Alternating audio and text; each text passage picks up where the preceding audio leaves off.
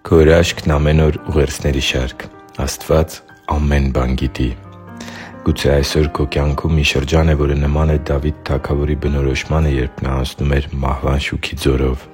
Նման պահերին մարդը սովորաբար հուսալքված է լինում և հաճախ այսպիսի մտքեր է ունենում. ամեն բան ավարտված է, ամեն բան սառել է, վերականգնման հույս չկա, ապրելու իմաստ անգամ չեմ տեսնում։ Սիրելի՛ բարեկամ, նմանատիպ դժվար իրավիճակներում Տերը ուզում է քեզ հետ միասին անցնել քո կյանքի տառապանքների ու անկենդանության այդ հովտով, ինչպես դա արեց Եզեկիելի պարագայում։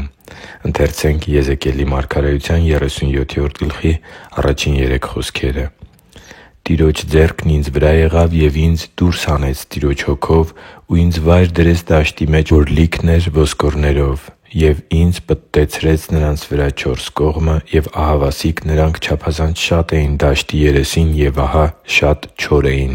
Եվ ինձ ասաց. «Մարդու որդի, մի՞թե կկենդանանան այս ոսկորները»։ Ես ասացի. «Ո՛վ Տեր Աստված, Դու գիտես»։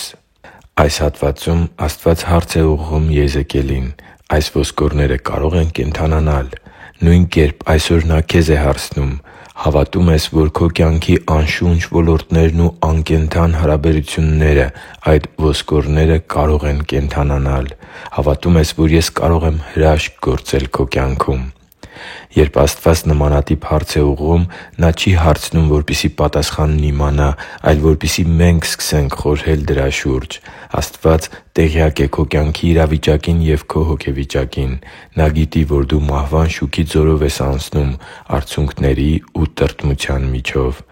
Մենք սահմանափակ արարածներ ենք։ Մեր տեսադաշտը սահմանափակ է։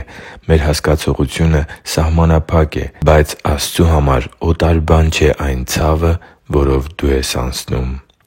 Վատ ու սարսափելի լուրեր, ճակատագրական դատավճիռ, հիվանդության անկանխատեսելի ախտորոշում, դժվարություններ ամուսնական հարաբերություններում, երեխաների հետ խնդիրներ կամ խնդիրներ նրանց կյանքում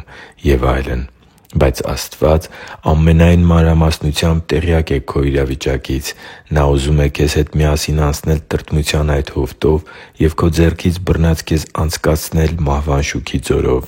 Նա տեսնում է քո արցունքները։ Նա լսում է քո աղաղակը։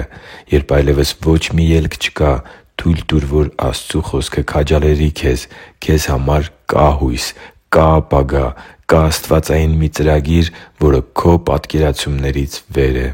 Աստծու համար թանկ ու սիրելի՛ զավակ, այսպիսով, երբ հուսահատությունն է պատում քեզ,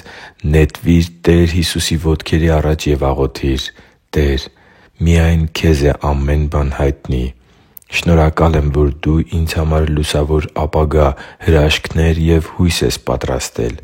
Ես վստահում եմ Քեզ։ Ես Քո մեջ եմ իմ հանգիստը գտնում, որովհետև գիտեմ, որ սիրում ես ինձ և հոգ ես տանում ինձ համար։ Ցույց տուր ինձ, խնդրում եմ, թե ինչպես վարվեմ այս ծայրահեղ դժվար իրավիճակում և ուժ տուր ինձ Քո կամքին անմնացորդ հնազանդվելու համար։ Աղոթում ու խնդրում եմ Տեր Հիսուսի զորավոր անունով։ Ամե՛ն»։ Այո՛, Աստված ամեն բան գիտի։ Ես հրավիրում եմ քեզ հուսալ Աստծու այն խոստումներին, որոնք նկարագրված են Եզեկիելի մարգարեության 37-րդ գլխում։ Թող որ մեր բարի Աստծու կատարյալ խաղաղությունը լցվի քո սրտի մեջ, և քո միտքը Տիրոջ բարության վրա կենտրոնացած լինի ողջ օրվա ընթացքում։ Հիշի՛ր, որ դու Աստծո հրաշքն ես, և Աստված սիրում է քեզ։ Շնորհակալ եմ, որ դու կա՛ս։ Սիրով և աղոթքով, Արման Մանուկյան։